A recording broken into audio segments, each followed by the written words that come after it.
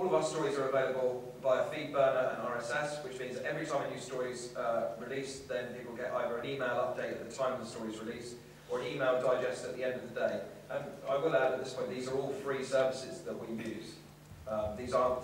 We're competing with major companies such as Northcliffe Media in our region, who have all of the money, the budgets, the structure to be able to do this, whereas we can use free platforms readily available to anyone in the room to do exactly the same and give them a run for the money.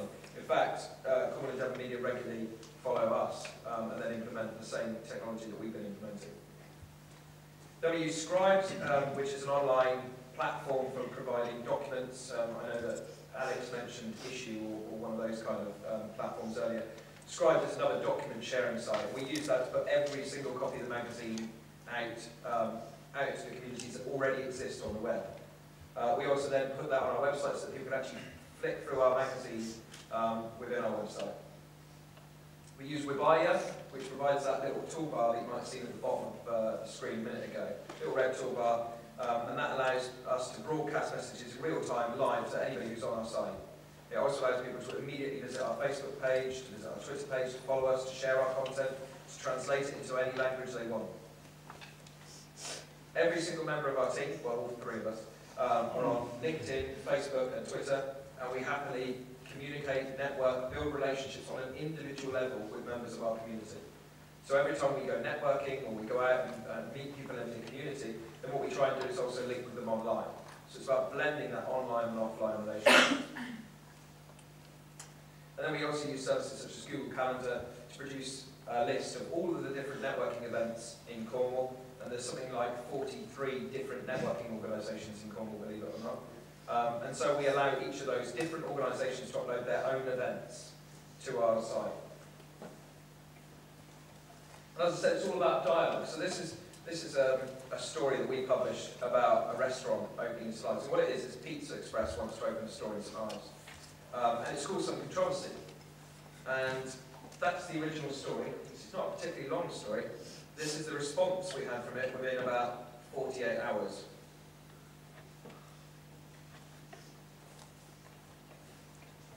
I pretty much ran out of space to put any more comments up. There was literally, and this is all different people that have a vested interest in the community. And this is what I'm talking about when I say about shared meaning. Because we're the media publication, we get a press release from Pizza Express or the town chamber that's unhappy about this decision.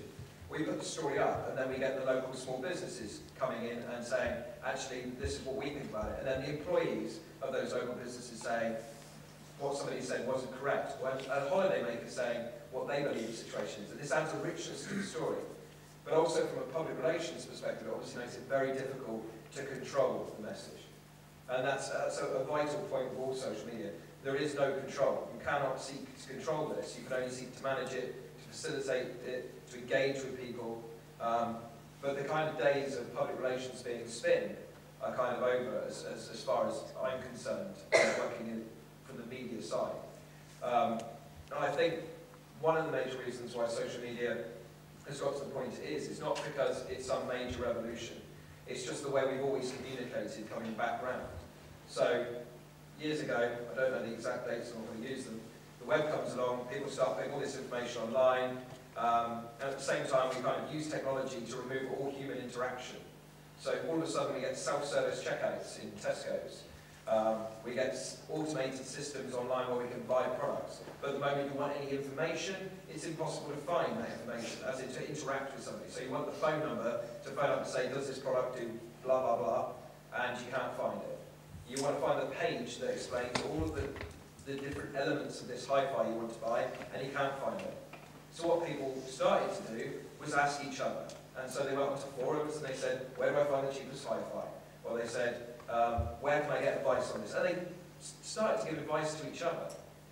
And now companies are kind of waking up to that and thinking, actually, I could manage this. I could get involved here and try and turn this to my benefit. And that's really what it's about. And also in terms of the community side of it, so we've gone from a position where we used to have people that were all based around one particular local area.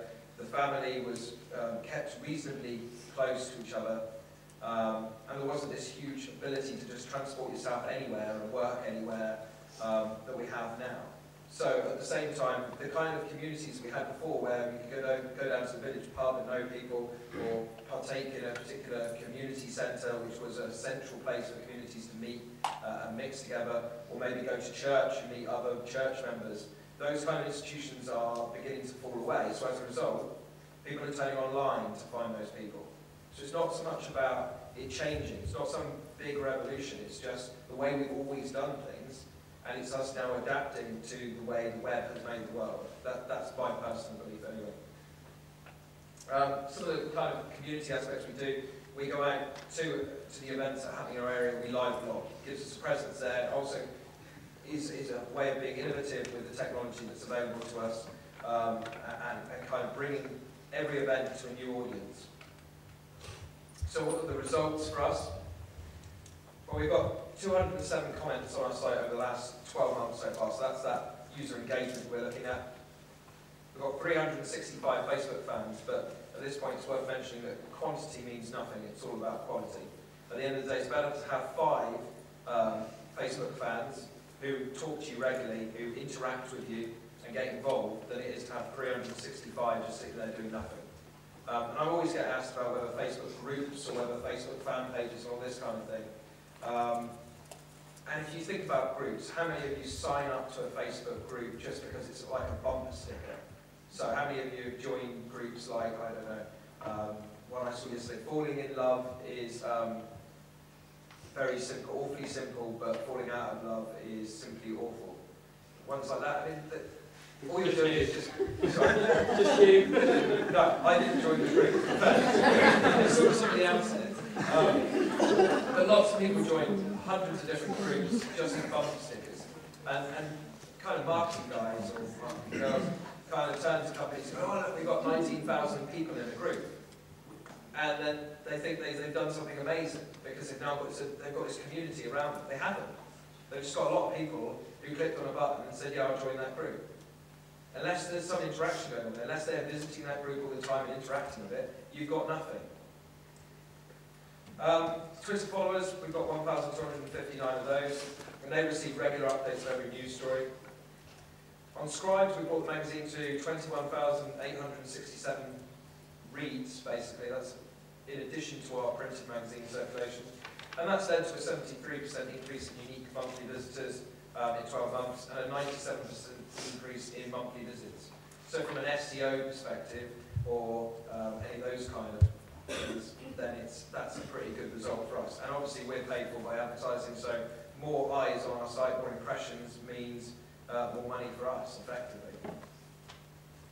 Corporate Social Media Cafe.